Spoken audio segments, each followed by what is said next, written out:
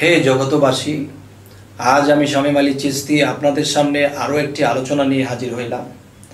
সে আলোচনাটি হলো যে এই পৃথিবীর মানুষ যে কেউ ভাবতেছে কোরআন আছে, হাদিস আছে, এগুলা পড়ব এবং নবীর দুরূদ পাঠ করব, নামাজ পড়ব, রোজা করব, তো আবার গুরু ধরতে হবে কেন? আচ্ছা, তো আবার গুরু ধরতে হবে কেন? তাহলে কোরআন হাদিস পড়তে বলা হয়েছে, পড়েছি, কিন্তু কেন পড়তে বলা হয়েছে? কিছু বোঝার জন্যে, কিছু জানার জন্যে। তাহলে যারা বলে আমি কোরআন হাদিস পড়ব আর আমরা আল্লাহর ইবাদত করব, নামাজ পড়ব, রোজা করব, সুন্দর কথা, কিন্তু এখানে একটু অসুন্দর বিষয় রয়ে গেছে। সেটি হলো যে কোরআন পড়ার কথা বলা হয়েছে জানার জন্য, বোঝার জন্য, সেখানেই লেখা আছে সূরা ফাতাতে, সেখানেই লেখা আছে সূরা কাহাফের 17 নম্বর আয়াতে যে যারা আমার মুর্শিদ প্রাপ্ত হয়নি তারা সুপথে নেই, তারা সুপথ পাবে না, তাদের মুর্শিদ নেই যারা সুপথে নেই, এই কথা আল্লাহ সূরা কাহাফে বলেছেন। এবং সূরা ফাতার মধ্যে আল্লাহ বলেছেন, হে রাসূল, আপনার হাতে যারা হাত দিল তাদেরকে বলে দিন তাদের হাতের উপরে আমি আল্লাহর হাত আছে। হে জগতবাসী, এত সুন্দর কথা, কিন্তু এই কোরআন পড়ব, নামাজ পড়ব, রোজা রাখবো, এই তো চলবে, বাপ মার সেবা করব, শেষ? না বাবা, কোরআনের মধ্যেই বলা হয়েছে মুর্শিদ ধরতে হবে। দেখেন, এই কোরআনটা আমাদের পড়ে বুঝতে হয়। আরেকটা কোরআন আছে, সে আমাকে কথা বলে শোনাবে। তাহলে একটা কোরআন কাগজে লেখা, এটা পড়ে আমাকে বুঝে নিতে হয়। আরেকটা কোরআন আছে রুহের মাধ্যমে, রুহে ইনসানিয়াতকে যদি আমি জাগ্রত করতে পারি তখন তিনি জেগে আমাকে বলে দেবে কোরআনের বিষয়, আর সেটা হলো নগদ। যেমন কোরআনের আয়াতের মধ্যে যে কথাগুলো লেখা আছে সেটা 1450 বছর আগে হযরত মুহাম্মদ সাল্লাল্লাহু আলাইহি সাল্লামের কাছে নাজিল হয়েছিল, আর সেগুলো আমাদেরকে পড়ে বুঝে নিতে হয়। আরও একটি কোরআন, সে সৃষ্টির শুরু থেকে আমার মধ্যে আল্লাহ দিয়েছে, আর সেই কোরআনটি কোথায়? রুহের সাথে মিশে আছে। সেই রুহের সাথে মিশে থাকা কোরআনকে যখন আমরা সাধনার দ্বারা, মুর্শিদের প্রেমের দ্বারা যখন আমরা জাগ্রত করে নিতে পারবো, সেদিন কি হবে? সেই রুহে ইনসানিয়াতের কোরআন আমার সামনে সম্মুখে দাঁড়াবে এবং তিনি আমাকে সেই কোরআন থেকে কথা বলবে এবং সেই কথাগুলো আমি বুঝে চলতে পারবো। আর সেই কথাগুলো কিরকম? আমি কোন দিন মারা যাব সেটাও রুহে ইনসানিয়াতের কোরআনে আছে। আমি কোন দিন চলে যাব, কোথায় গেলে কি হবে সেটাও রুহে ইনসানিয়াত জানে। এবং কালকে কি হয়েছিল, কালকে কি হবে, কালকে এটা হবে না হবে, এটাও সে জানে। তাহলে কোরআনের মধ্যে পড়ে যা বুঝে নেব তা কিন্তু এরকম কিছু আমাকে বোঝানোর মতো নেই, কিন্তু আমার পড়ে নিয়ে আমাকে বুঝে চলতে হবে। কিন্তু আর সেখানে কি বলা হচ্ছে? সেই কোরআন আমাকে নিজে কথা বলবে এবং আমাকে বুঝিয়ে দিবে, কালকে এটা করো না, বিপদ হবে, সাথে কালকে এটা করো, ভালো হবে। হে জগতবাসী, তাহলে আমরা কাগজ কোরআনকে ধরেছি, আমরা সেই দেহ কোরআনকে পেয়েছি, আর সেই দেহ কোরআনের ভিতরে রুহে ইনসানিয়াত বাস করে, এবং সেই রুহে ইনসানিয়াতের সাথে যদি আমরা সম্পর্ক করে নিতে পারি তাহলে আমাদের ইহকাল ও পরকাল ধন্য হয়ে যাবে। হে জগতবাসী, আজকের এই কথাগুলোর আরেকটি বিষয় হলো যে কেউ যদি গুরু মুর্শিদ ধরেন, তাহলে গুরু মুর্শিদের কাছে যদি কেউ এরকম একটা ভান ধরে থাকেন যে গুরু মাটির দেহ নিয়ে, গুরু একটা মায়ের ঘরে জন্ম নিয়েছিল, আমিও মাটির দেহে গড়া, আমিও কিন্তু একটা মায়ের ঘরে জন্ম নিয়েছি, তাহলে গুরু যদি জ্ঞান থাকে, গুরু যদি কথা বলতে পারে, তাহলে আমারও জ্ঞান আছে, আমিও কথা বলতে পারি, তাহলে গুরুর থেকে আমি কম কিসে? একই তো? না বাবা, না, এরকম কখনোই ভাবা যাবে না। এখানে বিশাল ভুল হয়ে যাবে। কেননা পীরে আল্লাহ প্রাপ্ত বিষয় সত্য তত্ত্ববিধান পীরের কাছে। কেননা এই মুখ দিয়ে কখনো কখনো আল্লাহ কথা বলে, শুধু পীর দেহ নিয়ে কথা বলে না, এই মুখ দিয়ে কখনো কখনো আল্লাহ কথা বলে। যেমন একটা জজ কাছারির মধ্যে যদি যাওয়া হয় তখন দেখা যায় অনেক মানুষ বসে আছে, সে যদি যে কোনো একজন মানুষ যদি সেখান থেকে বলে ওঠে যে আমি তাকে ফাঁসির অর্ডার দিলাম বা আমি তাকে জেল জরিমানা নিলাম, হবে না যতক্ষণ পর্যন্ত জজ সাহেব না বলতেছে, অর্ডার না করতেছে।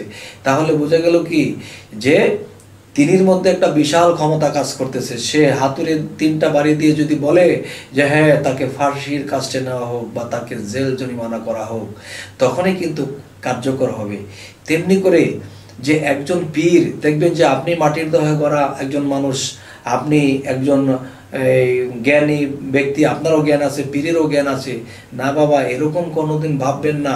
পীরের কাছে পীরের সাথে সংযুক্ত আছে কার? আল্লাহর। একজন কামেল পীরের সংযুক্ত আল্লাহর সাথে, তখন কখনো কখনো সেই মুর্শিদের মুখ দিয়ে, পীরের মুখ দিয়ে আল্লাহ কথা বলবে। আর যখন এই কথাটা কার্যকর হয়ে যাবে, তখন সেই কথাটা দুনিয়াবি ফলবে, আখেরাতে ফলবে। তবে আরেকটা কথা আমি শামীম আলী চিশতি বলি, যদি কেউ গুরু ধরেন, তাহলে গুরুকে কখনো সাধারণ মানুষের মতো ভাববেন না, ভাবতে হবে তিনি অসাধারণ। আমি যেদিন গুরুর হাত দিয়েছি, তখন মনে করতো রাসূলের হাতে হাত দিয়েছি। আর যেদিন আমি রাসূলের হাতে হাত দিলাম, মনে করতে হবে যে আমি রাসূলের হাতে হাত দিলাম। হে জগতবাসী, এই জিনিসটা মনে করতে হবে যে হ্যাঁ, আমি খোদার হাতে হাত দিয়েছি। আমার সামনে গুরু বসে নেই, রাসূল বসে আছে, রাসূল বসে নেই, খোদা বসে আছে। এমন একটা ভাবের জগতে থাকতে হবে। কেননা রাসূল কি বলেছে, আর রাসূলকে আল্লাহ কি বলেছে? হে রাসূল, আপনার হাত আমার হাত। আর রাসূল বলেছে বেলায়েতের যুগে কামেল পীর আউলিয়ার হাতে আমি রাসূলের হাত, আর আমি রাসূলের হাতে আল্লাহর হাত। হে জগতবাসী, তাহলে আমি যদি পীরকে একটা আঘাত করি, তাহলে রাসূলকে আঘাত করা হবে। আর যদি রাসূলকে আঘাত করি, তাহলে আল্লাহকে আঘাত করা হবে। আমি যদি পীরকে মানি, পীরকে যদি আমি ভক্তি করি, পীরকে যদি আমি আমার অন্তরস্থ থেকে ভালোবাসি, তখন সেটা রাসূলকে করা হবে। আর রাসূলকে করলে সেটা আল্লাহকে করা হবে।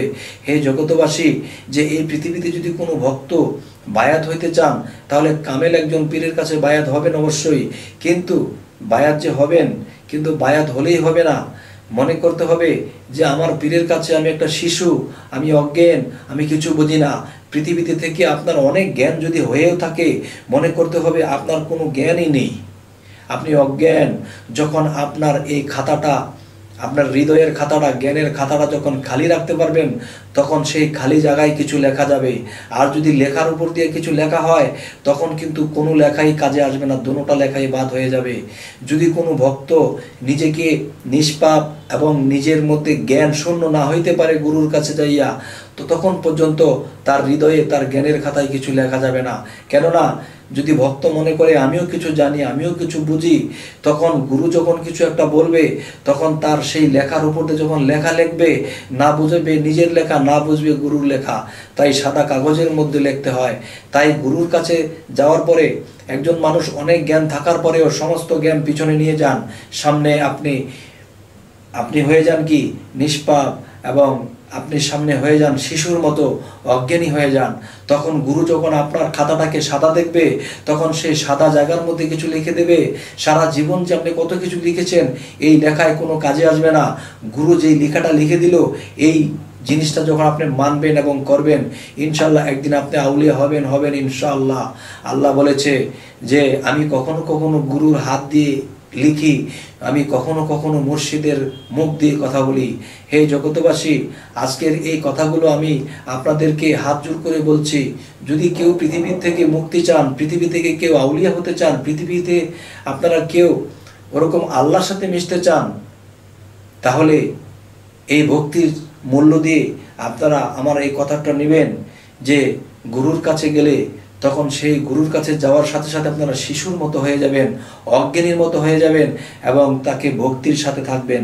তখন দেখবেন তার থেকে যখন সুদৃষ্টি আসবে, তখন আপনি বুঝতেই পারবেন না আপনার মধ্যে যে কি এসে গেছে, কি পেয়ে গেলেন। হে জগতবাসী, আজ এই কথাগুলো বলার উদ্দেশ্য হলো, এই পৃথিবীতে অনেক মানুষই আছে গুরুর কাছে যায়, এমন কিছু কথা বলে, এমন কিছু উচ্চ গলায় কথা বলে যে গুরুকে টকিং করে, যে আমি কম বুঝি নাকি, গুরু দর্শী বলে কি আমি কি অজ্ঞানী হয়ে গেছি নাকি। তখন গুরুকে অনেক টকিং করতে থাকে, তখন আল্লাহ বেজার হয়। গুরু হয়তো হেসে উড়িয়ে দেয়, কিন্তু আল্লাহ বেজার হয়। তখন আর জীবনে এই আত্মার মুক্তির ভাও হয় না, তখন আমার তলে পড়ে যেতে হয়। হে জগতবাসী, আজ এই কথাগুলো বলার এই উদ্দেশ্য ছিল। তবে আরেকটি কথা, আমাদের এই চ্যানেলের কথা যদি আপনাদের ভালো লাগে, তাহলে সাবস্ক্রাইব করুন। পিছনে আমাদের ভিডিওগুলো যা দেওয়া হবে সমস্ত আপনাদের সামনে উপস্থিত হবে। তো আজ এই বলেই রাখছি, সকলেই ভালো থাকবেন। আল্লাহ হাফেজ।